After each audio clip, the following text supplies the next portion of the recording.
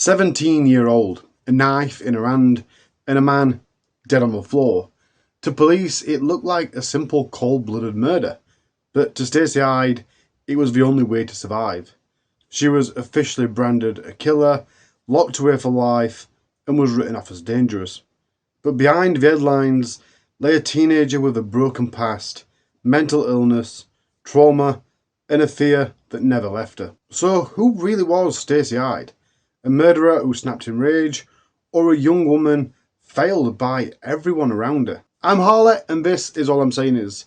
Tonight we step into Britain's most tragic and most contested case. But before we do, we need to do my disclaimer. This is a true crime case. It's a real story involving real people. Those real people have real families and real friends. So although I do want you to comment and I do want you to share, please do so with sensitivity. Stacey Hyde was born in Southmead, Bristol, England, but she grew up in Wells in Somerset. Her upbringing was marked by instability, neglect, and abuse. She never knew a dad, and her mom did her best to provide a stable home. But the truth is, being a single parent is really hard. She was working multiple jobs to make ends meet, but that quite often meant leaving Stacey alone or with neighbours. Stacey was being bullied at school, and by the age of 12, she'd started drinking alcohol and engaging in harm of self. She developed bulimia and struggled with a trove of mental health issues. Although her teens became somewhat fixated on finding a dad, she even ended up persuading a man to have a DNA test, which proved he was not a father. And obviously that whole episode, that fixation, left her feeling really unsettled. Her entire adolescence were turbulent. She was a victim of SA, violently. On at least 3 occasions in her mid-teens, she woke up with someone having intercourse with her without her consent. And as many teens would, she didn't initially class that as the R word, but as we all know it is, and she learned later on in life that that's exactly what it were. Like many teens of this turbulent, tragic lifestyle, it was just becoming a norm for Stacey to be abused in this kind of way. At 17, Stacey became pregnant. In March 2009, she was pressured by her mom and some other people to terminate it. She did, and obviously that again led to another sharp decline in her mental health. For somebody that's already fragile, that is well, for anybody, it can be a massive thing, but especially when someone's already fragile. So a few months down the line, in that summer, Stacey attempted to end herself multiple times. Once trying to hang and off a shower rail, and the other time by attempting to drown in the bath. At the beginning of September 2009, just 2 days before the events that we're about to talk about, a community psychiatric nurse assessed Stacey and noted that she was at risk of serious self-harm or ending herself. It was also deemed that she had ADHD and may have emerging borderline personality disorder. But stepping away from those mental health issues, those who knew Stacey would describe her as a naive, trusting, and susceptible to bullying. An example of that, a former teacher gave a prime example of what we mean here. At 16-year-old, Stacey played in a pantomime and she was a princess. She genuinely asked if the magic tricks in the show were real. And that really just shows the innocence. And a lot of people have said how desperate she is for that escapism and how naive she is, obviously. In sum, by the age of 17, Stacey Hyde was highly vulnerable. She was a very naive young woman. She'd endured bullying, neglect, and abuse.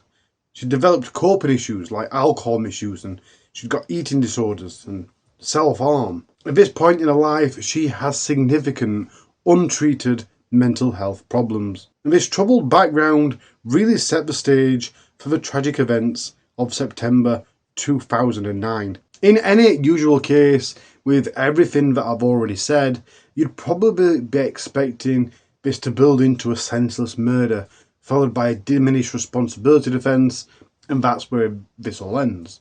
But this case is way more tragic than that. Oh, and for what it's worth, I think at this point Stacey is working as a waitress. In August 2019, just a couple of weeks before the events.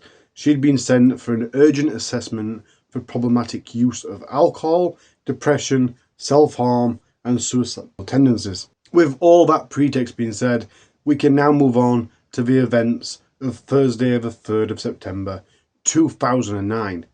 Stacey had been drinking in Wells with her best friend, 27-year-old Holly Branwell. Now let's just hold up. At this point, obviously, Stacey is still only 17-year-old, which means a few things. One, she's under the legal drinking age, which in the UK is and was then 18.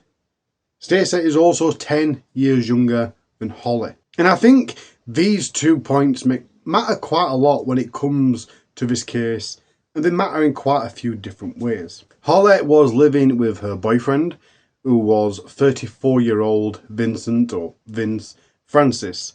He was literally double Stacey's age. Now, because this part of the case is like 15 years old at this point, there's not that much online coverage from that time. So I didn't find out too much information about Holly or Vincent, but it's very much known that Holly had previously confided in Stacey quite a lot about Vince's violence towards her. On many occasions, Holly would show up bruised, hiding black eyes under sunglasses, or she had hair missing, covered with extensions, and she confided in Stacey and she told her about everything that had been going on. In fact, Vince had a well-documented history of DV, including 27 separate recorded incidents of abuse by Vincent against Holly. And yes, there was also evidence of R towards his previous girlfriend. And leading up to this night, there's quite a few things that have been said. So Holly had told Stacey that she'd had enough and she was going to move out. A few nights before, Vince had actually knocked her out of the bed. Holly was breathing too heavy apparently, and Vince just literally physically pushed her out of the bed because she was breathing too loud. And Holly was saying to Stacey, look, I've had enough of this, I've got to leave, I'm going to move out. So Holly and Stacey had actually been looking for places to move into together, and they'd found a place just down the road above a shop. It's not in my notes, I can't remember what the shop was called. I'll probably put it up on screen now. It's slightly irrelevant, but that's the kind of things that this 27-year-old Holly had been putting in this 17-year-old's head about the amount of violence, the amount of black eyes. And it's not just the things that she'd been putting in her head. Like I said, there were 27 reported incidents. This is an ongoing thing, and Stacey knows about it. She's 17-year-old, and just bear that in mind as we go forward. So on with the night of Thursday the 3rd of September 2019. It was late that night. Stacey and Holly met up with Vince and returned to Holly and Vince's flat in Wells. Stacey, who was rather drunk, went and fell asleep in the bed in the flat's bedroom. Then, in the early hours of 4th of September 2019, she was woke really urgently, jolted awake by Holly screaming for help. Now, just imagine that for a second. Again, everything I've just said, she's got a system full of alcohol, she's just woke up suddenly hearing screams for help from her. Apparently, she was actually shouting for Stacey to help. She knows that this is a DA relationship. There's two people fighting. They're at least 10 and 17 years older than her. This is a really panicky situation. Like I said, she's full of alcohol. So there's not much clarity and a lot of urgency. So she immediately jumps up and runs out of the bedroom. When she does, she finds Vincent beating up or fighting with Holly. So without thinking, she knows she's got to help. She runs over and jumps on Vincent's back. But that didn't help. This is quite a thick guy. And he just threw her off. And apparently at one point he was on top of her, strangling her. He grabbed her by the throat. He swung her around by her hair. Threw her into a wall. This was a really chaotic, violent scene. And it even spilled out onto the communal hallway. A neighbour was awakened by all the commotion, and he saw Vince dragging Stacey by her hair through the communal hallway. And Stacey managed to break free from this. She's kicking at him, and he finally slips his grip, and she runs away. But she runs back into the flat, straight into the kitchen, and grabbed a 10-inch kitchen knife. At this point, Holly was already on the phone to 999. In a panicked voice, she was telling the operator, "My boyfriend is smashing, beating up my friend. She's a girl. I need the police, ASAP. They are fighting. There was a huge row, and he hits me. And he started on, basically he hit me, and he hit me. So she hit him, and now he started on her. And now they're hitting each other. I need the police. Don't fucking punch me. I'm on the phone to the police. Don't punch me. You know what I mean. I've just got a smacking... No, Stacey, put that down." Throughout this 999 call, high-pitched screams were heard in the background. Throughout the entire call, including when Holly said, "She's got a knife. She's got a knife. She's got a knife. She stabbed him. Oh my God, she stabbed him. Stacey has a knife, and she stabbed him." In this extremely violent struggle, Vincent suffered 17 stab wounds, including 2 or 3 in the back, and he collapsed, fatally injured. Of course, nowhere near as bad, Stacey also had multiple injuries, some consistent with a forceful fight, bruises, marks on her neck and body, and her hair had been torn out, consistent with being strangled and dragged. Also present was injuries that was consistent with harm of self. So when the police arrived to this gruesome scene, Vincent was laying either dead or dying from his wounds on the floor. Stacey was found extremely distraught, sobbing, hysterical and in shock. Officers found her in the kitchen, holding the bloody knife, and apparently about to use it on herself before they intervened. According to these officers, she was crying uncontrollably and kept repeating, "He tried to kill me. I was so scared. I had to help Holly. He was going to kill her. I thought he would kill me. I stabbed him." This immediate anguished plea was recorded both by the police and on Holly's 999 call in the background. After being restrained and calmed, 17-year-old Stacey was taken into custody. Vincent Francis was pronounced dead from his injuries. Within hours, Stacey Hyde went from being a vulnerable teenager out for a night with a friend to a suspect in a murder investigation. Prosecutors charged Stacey Hyde with the murder of Vincent Francis. The case proceeded to trial at Bristol Crown Court, and in March 2010, 6 months after the incident, Stacey was now 18-year-old and she stood trial as an adult. She pled not guilty, maintaining that she had acted in self-defense of her and her friend during a violent assault. Now, I just want to say here, as I was reading and researching this, and I hadn't actually got to the trial yet, I was thinking, that's quite a shit position to be in. Because if everything has played out like that and it is self-defense, there's 2 things that don't bode well here. One, the amount of stab wounds. That's overkill. That, to nobody, that doesn't sound like self-defense. But the bigger problem with that is there was actually stab wounds in his back, which again is very rare under some different circumstances. Fair enough. Stab wounds in the back, depending on the angle, usually aren't self-defense. And also there's another point there as well. She ran in from the corridor to the kitchen. In the UK, if you can run away, you should, apparently. So that means she ran into the kitchen. She ran to get the knife. Anyway, Stacey's defense team argued that her actions were not premeditated, but an overreaction born of terror. Essentially that she had lost control out of fear for her and Holly's lives.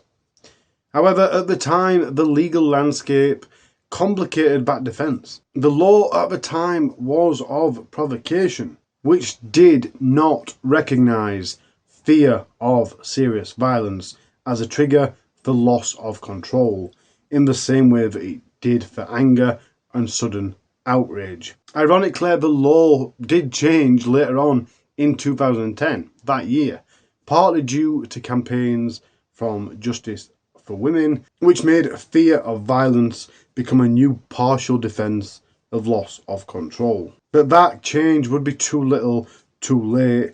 These changes would not apply retrospectively to this case.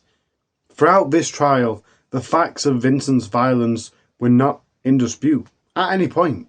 The prosecution itself acknowledged the very abusive history, and of course it was a huge part of that defence. It also wasn't disputed if Stacey stabbed him. She never tried to deny that. The trial was quite simply a question of, was this defence, manslaughter, or plain out murder? For a successful defence here, you're pretty much looking for the jury to find Stacey's actions in act of self-defence, in which case she'd have walked out of court that day being a free woman. The middle ground, of course, is manslaughter. That would have been based on a defence of provocation, loss of control. Again, that time there was no fear of serious violence for loss of control, so that's a bit harder to get at this time. The successful prosecution would be looking for a murder charge. And honestly, I'm glad I weren't the jury, because if you bear everything in mind, like the overkill of the wounds, 17 including stab wounds to the back, then the neighbour seeing the attack, then the 999 call, where Holly and Stacey sound super scared and panicked, and you can constantly hear screaming in the background. Stacey's bruises, which prove that she were being strangled. And it only gets more complicated for the jury because Holly actually testified against her best friend, Stacey. In fact, her testimony was so damning, it didn't only downplay the danger that Vincent posed, but she went as far as to claim he wasn't even attacking Stacey when she stabbed him. And I haven't got the 999 call, but from what we've just read, it seems like there's a very different story to that. It sounds like you were very much attacking her when she got the knife. When all said and done, the trial lasted for just 2 weeks. Then on the 8th of March 2010, the Bristol jury found Stacey Hyde guilty of the murder of Vincent Francis. She was convicted at just 18-year-old, having only just reached adulthood. During the build-up of the trial, she was sentenced to a life sentence with a minimum tariff of 9 years before she could ever be considered for parole. In this sentencing, the judge did note the context of the violence initiated by the victim, and that's why it's such a low tariff. But under law, she still had to be sentenced by murder because of the jury's verdict. So Stacey was led away to begin her life in prison. So before we move on, let's just hold up again and catch his breath.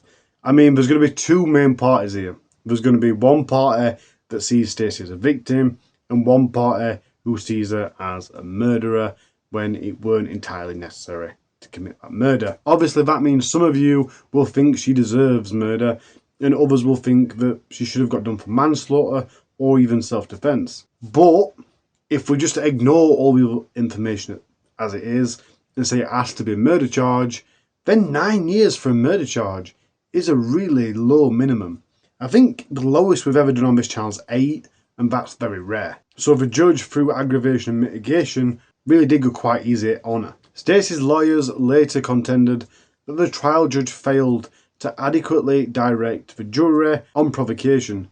Essentially, the jury might not have understood Stacey's fear and the fact that that could mitigate her culpability, leading to manslaughter. But it was too little too late, and Stacey's conviction led to very little national media. Like I said, there weren't much online whatsoever, and it did remain quiet for some time. However, a few years down the line, it did get the attention of justice reform advocates. What was once seemingly a straightforward murder headline of a teenager committing a brutal killing was about to start getting coverage as a miscarriage of justice. 3 years after the sentencing, by 2013, Justice for Women, a legal reform advocacy group, had taken up Stacey's case. Justice for Women and lawyer Harriet Wistrich argue that Stacey's only crime was to react disproportionately out of fear to a man's violent attack on her and her friend, and that the system failed to account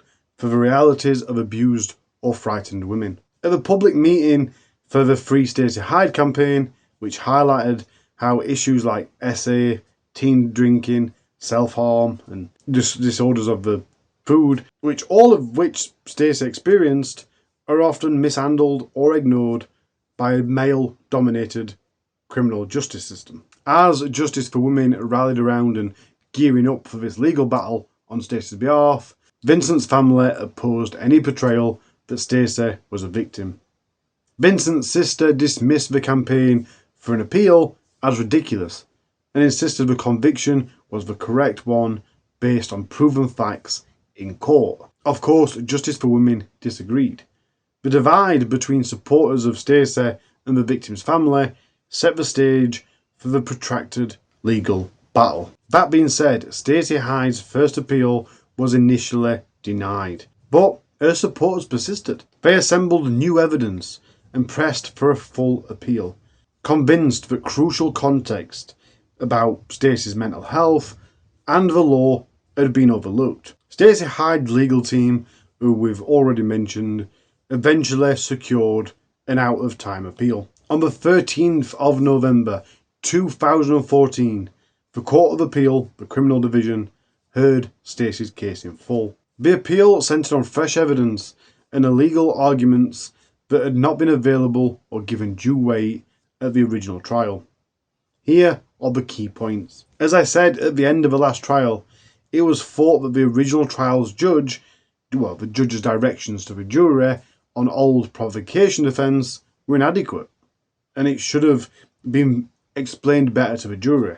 But that argument was now strengthened, because since that trial, the argument of fear of serious violence or loss of control had come into the legal framework. In essence, the law now acknowledged that a person, especially one that's been abused and is vulnerable, might overreact in self-defence, out of terror, and that this could easily justify a manslaughter verdict rather than a murder one. Although this is a new law and it couldn't be retrospectively applied, the existence of this did reform the underscored argument that Stacey's actions were misunderstood under the old framework. There was new psychiatric evidence too.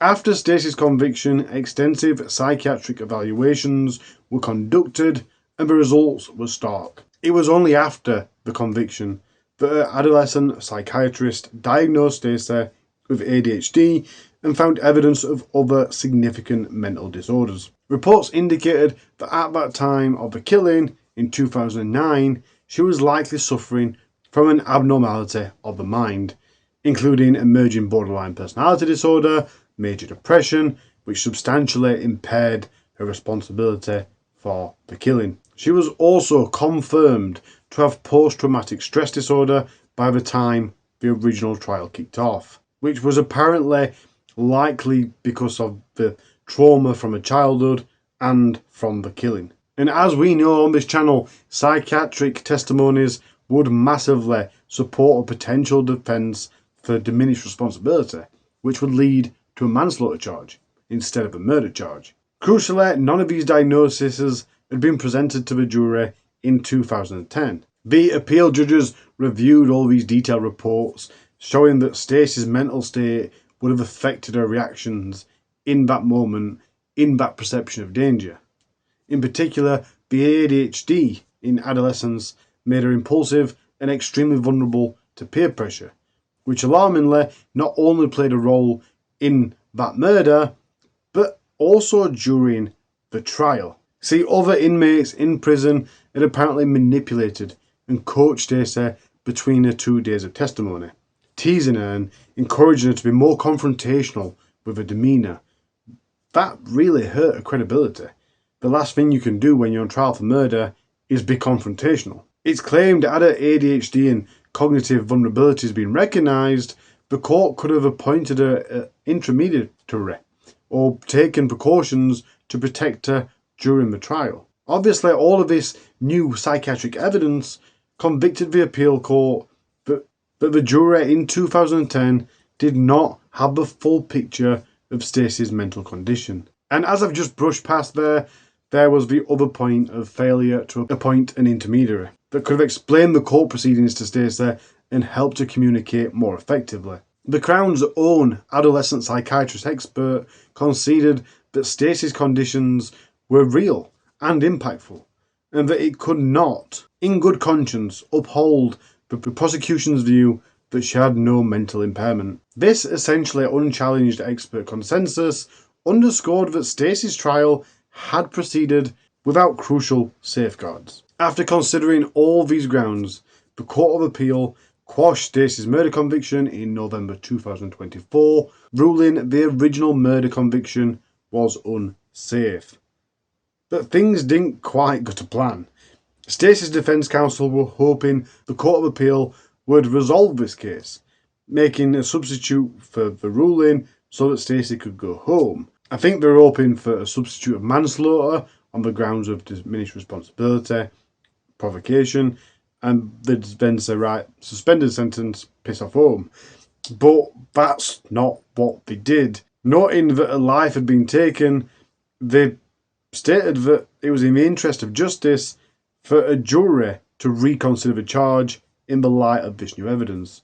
So they ordered a retrial for the original murder charge. That leaves Stacey Hyde, now 22-year-old, still in prison waiting for a new trial. And Stacey weren't all that happy about that. Remembering everything we've said about Stacey and her personality, she was quite naive and vulnerable. Prison life weren't all that easy for her.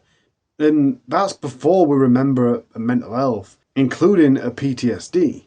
So she's now got this news and she's not quite sure what it means, if it's good or bad, but she's thinking that they're going to go through all this hard work, she's going to have to relive it all, and then she's just going to get sentenced to murder again. She's got no trust in the system anymore.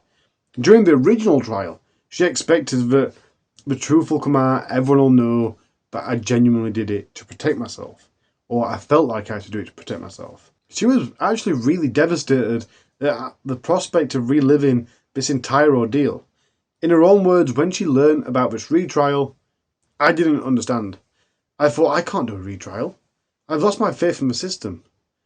They're going to jail me again for murder. And I totally get why she feels like that, because now we're essentially back at stage one, even after all these years that she spent behind bars. So the Crown Prosecution Service gets to decide what charge they're going to pursue. And the defence can say, hey, we'll take a plea deal, let's go for manslaughter. And that's what we tried to do. But no, the Director of Public Prosecutions personally decided that the CPS would pursue a retrial on that original murder charge. And that was despite a public outcry and a formal letter from Stacey's legal team imploring the CPS to take a manslaughter plea. But the CPS had no intention of doing that. They were adamant that they had sufficient evidence for murder and that the jury should make up their final decision. So Stacey would go on to spend her 23rd birthday behind bars. And that would be the 5th birthday she'd spent behind bars. That would be her 5th birthday she spent behind bars. While awaiting for the new trial, she was still super depressed, to the extent she was still harming of herself. Then finally May 2015 arrived and the retrial began at Winchester Crown Court. Everything was at stake. Of course, Vincent's family wanted the same verdict as last time, but everyone in Stacey's corner wanted her to go home. To get Stacey home, they needed a verdict of self-defence, meaning that she should have never gone to prison in the first place.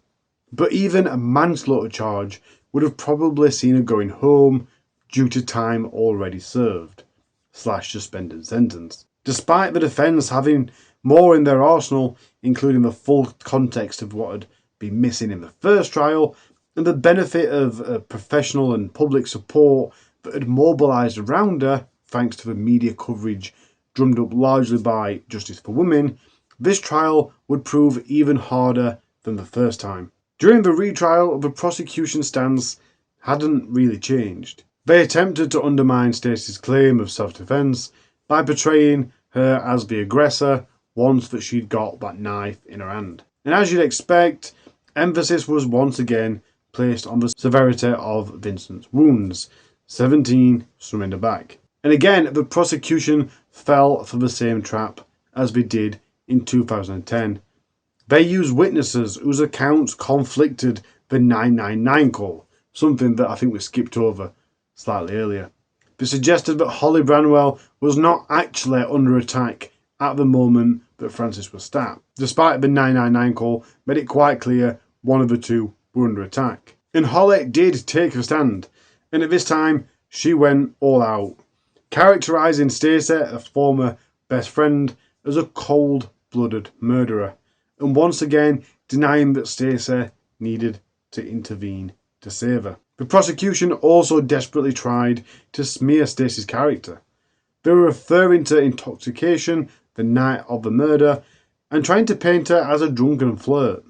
Obviously, just trying to make her as less credible as possible. However, that tactic could have backfired because that drew sharp criticism from the observers given the undisputed evidence that she was a victim of abuse, who had been self-medicating with alcohol to cope. But at the end of the day, there was only one thing the prosecution needed to do, and that was persuade the jury that the lethal force used was unjustified and beyond reasonable force to defend. Now let's face it, this is what the entire trial hangs on, that one question alone. If it were, I'd be saying 17 stab wounds, including some in the back, is a bit extreme.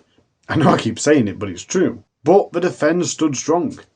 It was their case that Stacey did indeed act in defence, or at worst under diminished responsibility, under the guise of loss of control, of fear of serious violence. They stressed that yes, a life had been taken, but it was taken to save another. Stacey once again testified in her own defence, but this time she had the support of an intermediary. She admitted, as she always had, that she couldn't recall every moment of that struggle of that night. There are bits I don't remember at all.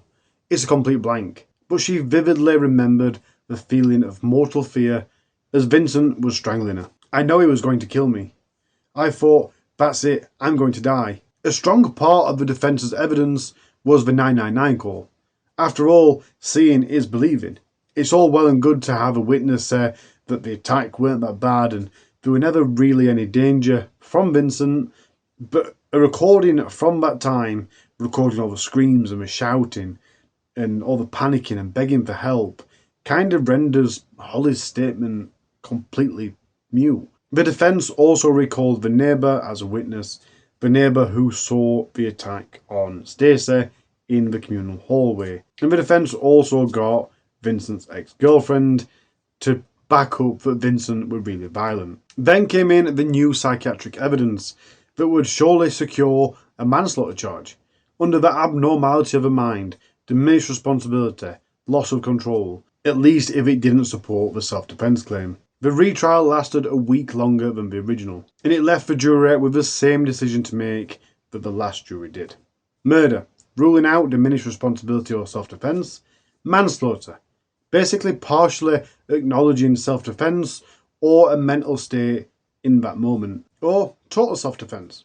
Full acquittal, he should have never been charged. So after that 3-week trial, the jury delivered its verdict on the 21st of May 2015. Their verdict acquitted Stacey Hyde of murder. They found her not guilty of all charges. That means after all the evidence that had been presented, they found Stacey's use of force reasonable under the terrifying circumstances. Upon hearing this decision, Stacey broke down in tears, overwhelmed by the realisation that she was finally free to go home. She had spent 5 years and 6 months behind bars, but can now walk out of Winchester Crown Court a free woman at the age of 23. Now, I'm going to get some shit here for this, I know I am. But I personally do think that that's a massive flip and it's quite unjust. I don't understand how 17 stab wounds can be self-defence. I get the diminished responsibility. So, personally, obviously I weren't at the trial. I didn't get it. But based purely on that 17 stab wounds, I go, that's not self-defence. If it is, it's self-defence with diminished responsibility. I don't know if that's a possible actual sentence, which wouldn't be a sentence because it's not illegal, is what I'm saying. So I'm thinking if it is self-defence with diminished responsibility, therefore he died, the diminished responsibility then leads to manslaughter, surely. And I do think we should have let her out then and there. I think the mitigation should have been so strong that they'd have gone, right, it's manslaughter charge, you're going to get 9 years, only serve a third because you hadn't had any bad behaviour, so that's 3 years, bang, you're out, you're on licence for the next 6 years. I personally feel that that's the more just route. 17 stab wounds just seems far too much for self-defense, and I think if it hadn't got justice for women behind it, I think if it hadn't got the media attention, then it wouldn't have got away with self-defense. I think it'd have been a manslaughter charge. Either which way, she would have still walked out of prison that day. So it was that very day, Thursday, the 21st of May, 2015, that Stacey Hyde walked out of court. Now, can we just take a second to think about that? The context there, the reality there. I asked an AI assistant how different the world was from 2010 to 2015, when Stacey went to prison in 2010. Now, smartphones existed, but only just. I mean, the iPhone 4 was released a month after she went to prison, but in the UK, they weren't really a thing. BlackBerry was the phone to have. That came late 2010, early 2011. Smartphones just weren't commonplace when Stacey went to prison. Now, just imagine how much our life has changed because of smartphones. All the things you see constantly. For the next day, look at it. People are constantly on the phones. They get the news from the phones. They check the weather from the phones. Back then, back in 2010, it was too much effort. You could, but it opened like a browser on your phone. It didn't work that well. We're only using 3G, I think. It just weren't that great. I mean, for crying out loud, Instagram wasn't even launched till months after a sentencing. The entire way we interact is just so different. So here's a little bit of context. Snapchat and Spotify weren't launched until the year after, 2011. Snapchat and Spotify. Tinder, Google Drive, Candy Crush, 2012. Vine, remember that? Telegram, the messaging app. Just Eat and Deliveroo. They were all the year after. Uber, 2014. Obviously, it weren't as big in the UK till years later. But Discord and Apple Music, 2014. During the time that Stacey was in prison, Netflix had gone from a DVD rental postal company to a streaming company. Amazon Marketplace boomed. And as I said, the reason I'm saying this is, although these things don't seem major, when you step from then to now, everything in our life has changed. The internet, readily available 4G, and smartphones have drastically changed the way we live, and the bulk of it came in those 5 years. And Stacey already had so many mental health issues. She's missed a pivotal part of her development, where she mentally becomes an adult, where she gets a job, where she learns her place in life. And now on top of all that, she's got to readapt. She's got to hope that nobody recognises her, nobody judges her. For a very vulnerable woman, this is a massive, massive thing that I'd wish on nobody, that I do not envy. Outside the court, Stacey gave an emotional statement of gratitude. I would like to say thank you to Justice for Women, my legal team, friends and family for believing in me and giving me hope and strength to never give up. I will forever be grateful and blessed to have been given my life back. Observers apparently made note that Stacey appeared visibly pale and overwhelmed as she faced the cameras upon her release. Nevertheless, she expressed a determination to use her voice to help others in her situation. And she said many a time after release that there were many other women in her position. In the coming weeks, Stacey did an interview with Victoria Derbyshire, and frankly, I could read the majority of the interview, but I'll try and keep it as basic as I can. I'll also try and upload the interview to my channel, but YouTube might not let me, so if it doesn't, I'll bang a link to wherever I can find it in the description. It is worth a watch. I think it tells you a lot about the case. I think about Vince every single day. I will for the rest of my life.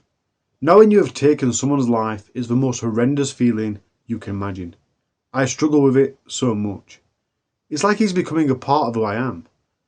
That will never go away, as hurting someone is something I would never want to do. But that night it was him or me. I know that if I hadn't done what I did, he would have killed me, and I wouldn't be here today. I naively trusted the justice system and thought anyone would be able to see that. But they didn't. I was a scared teenager, but I was called a cold-blooded killer and thrown in jail. For a long time, I wished I hadn't fought back. There are still days when I wish he had killed me. and not the other way around. I've lost 5 years of my life. I am relieved and grateful that the court has finally acknowledged I had no other choice, but I fear people will always see me as a murderer. Talking about getting back to the flat on the night of the murder, she said, I don't remember getting there, but I remember coming around on their bed, fully clothed, to the sound of Holly screaming for help. I knew what Vince was like, so I ran into the kitchen. I had to do something, so I jumped on his back. My memory is patchy because I blocked a lot out, but then I remember being on the floor as he was strangling me. I thought I was going to die, and then I blacked out. The next thing I knew, I was standing over him, covered in blood. The one person that could back me up was Holly, but when she gave her evidence, she turned against me. She denied Vince's attack and called me a cold-blooded killer. I felt betrayed and confused. I wanted to die. Prison is a tough place. There are people in there who make it difficult. At one point, I was sharing a cell with 4 murderers who all admitted what they'd done. Other prisoners and prison officers would ask me what I was in for. And when I told them murder, they laughed. They'd say, no, don't be stupid. It's shoplifting or something. It sounds strange, but everything has changed out here. And everyone has moved on. I miss my friends in prison because I worry I don't have anything in common with my friends out here anymore. I see them with boyfriends or all successful, or with babies. My life is the same as it was when I was 17. Phones are difficult, and donuts come in every flavour under the sun. I find myself going around the supermarket photographing things to show my friends in jail. Every time I walk up to the door, I pause as though I'm waiting for someone to unlock it for me. Adjusting is hard. Of course I would rather be free. Just walking down the street and watching the world go by is amazing, but I feel lonely. I worry I will never get past what happened. And worse than that, I worry other people will not either. I did what I did because I had no choice. I'm not a murderer. I just hope people give me a chance before they judge me. Keen to make a clean, fresh start without a past and the media following her, Stacey started going by the name Anastasia Darlison. But the sad reality is, to escape from a past and the mental health issues, a new name weren't quite going to be enough. Not by anywhere near. But Stacey did try so hard. According to family and official accounts, in the years after 2015, Stacey continued to experience severe PTSD, anxiety and depression. And she continued to battle disorders of the eat, anorexia and bulimia, especially bulimia. And on top of all that, she was once again struggling with substance abuse. And as it often does, the past repeated itself. The vicious circle came back around. Tragically, Stacey was once again exploited by predatory individuals during this period. The family testified that Stacey had become involved in prostitution and victimised by abusive men after her release. In effect, like I said, that abusive, horrible circle had come back round. From marking her early life, it pulled her straight back in. Stacey was once again self-harming, and bulimia were worse. But she did try so hard to get that control back through the chaos. Anne, talking about her post-prison life, said, her life was a train wreck. Stacey did not want to die. She just didn't know how to live. She was the sweetest, kindest, funniest person, but she turned to a life of drugs, alcohol and prostitution, self-harm and bulimia. But she was so determined to get this fresh start. So Stacey, or now Anastasia, moved in 2017. She moved to Cornwall, St Austell, and then again to a remote village of Mullion on the Lizard Peninsula. This move was an attempt to escape the negative influences and the constant reminders of the past. Notably, in Cornwall, she apparently lived a quiet life, but her inner demons persisted. She had ongoing health issues, still resulting from years of self-neglect. At one point, she'd even contracted hepatitis C, likely from the substance abuse. She suffered bouts of kidney failure relating to her disorder and dehydration. She remained under the care of mental health services while she was in Cornwall and was well known to them for her complex needs. And despite all of this, despite struggling so much, Stacey still tried to channel some of her experience into advocacy. She became involved in supporting campaigns for women who had fought back against violent men. In 2017, at a Centre for Women's Justice event in Bristol, she stated, "I'm fighting for all those women out there who need the strength and the support behind them, so they can stand up for themselves and people will stand up for them as well." Stacey's public presence showed real courage. However, those close to her observed that each time she retold a story, it resurfaced more and more trauma. By the early 2020s, Stacey was largely retreating from the public life as her health deteriorated. She was reportedly planning to travel to Greece in 2024, a hopeful sign that she was seeking positive change still. Unfortunately, her body had been ravaged by years of bulimia and substance abuse. A risk assessment in early 2024 noted she had a history of drug and alcohol use, sexual financial exploitation and abuse, SA, and complex mental health needs, including anorexia and bulimia, that in turn led to physical health complications. On the 8th of April 2024, at the age of 32, Stacey Hyde died quite suddenly. On the day of her death, following a consultation with a GP in Mullion, she was taken to the Royal Cornwall Hospital, A&E. That was following 48 hours of vomiting and not being able to keep fluids down. Medical staff noted she was critically ill on her arrival. Blood tests revealed her electrolyte levels were all over the place, including potassium, which can lead to nausea, collapsing, and cardiac arrest. A later inquest heard that a couple of hours after her admission into A&E, she was found unresponsive, but despite 30 minutes of CPR and other resurrection work by hospital staff, she couldn't be brought back to life and was declared dead.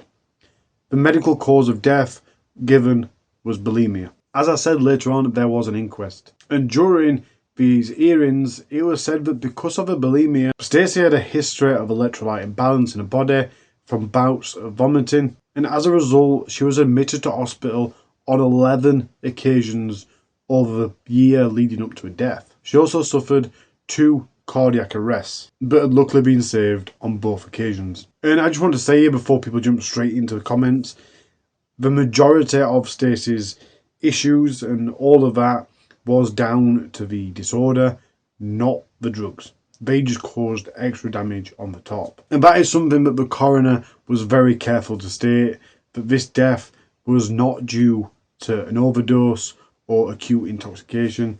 It was no form of deliberate act.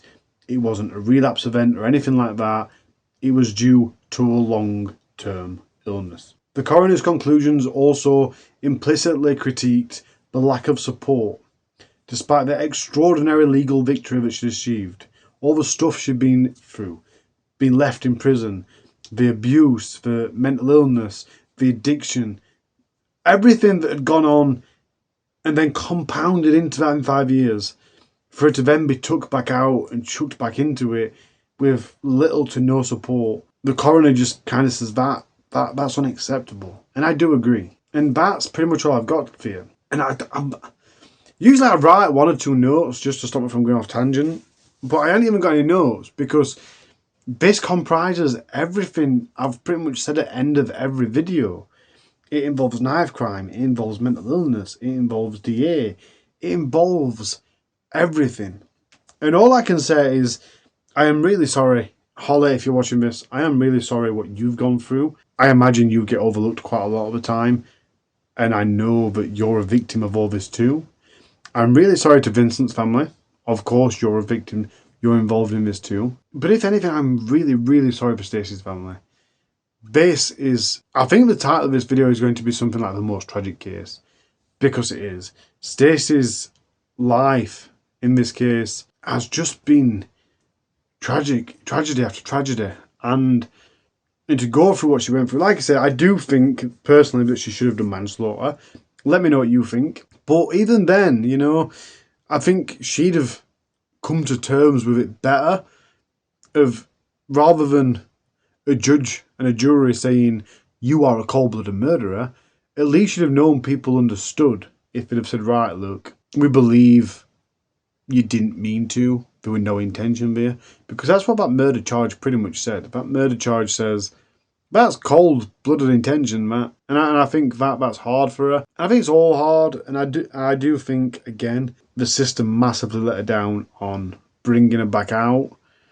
Especially when you go to prison at 17. Like I said, but that is we've just had a son that's just turned 18 this year, and it is interesting to watch from an adult perspective, because it really is a part where you learn where you fit in life. You learn what you can get away with now, what you can do now, and you experiment. And that got wiped away from Stacey, only for 5 years later for him to go, oops, sorry, wrong sentence. Go and learn how to live life. We no social background or no support.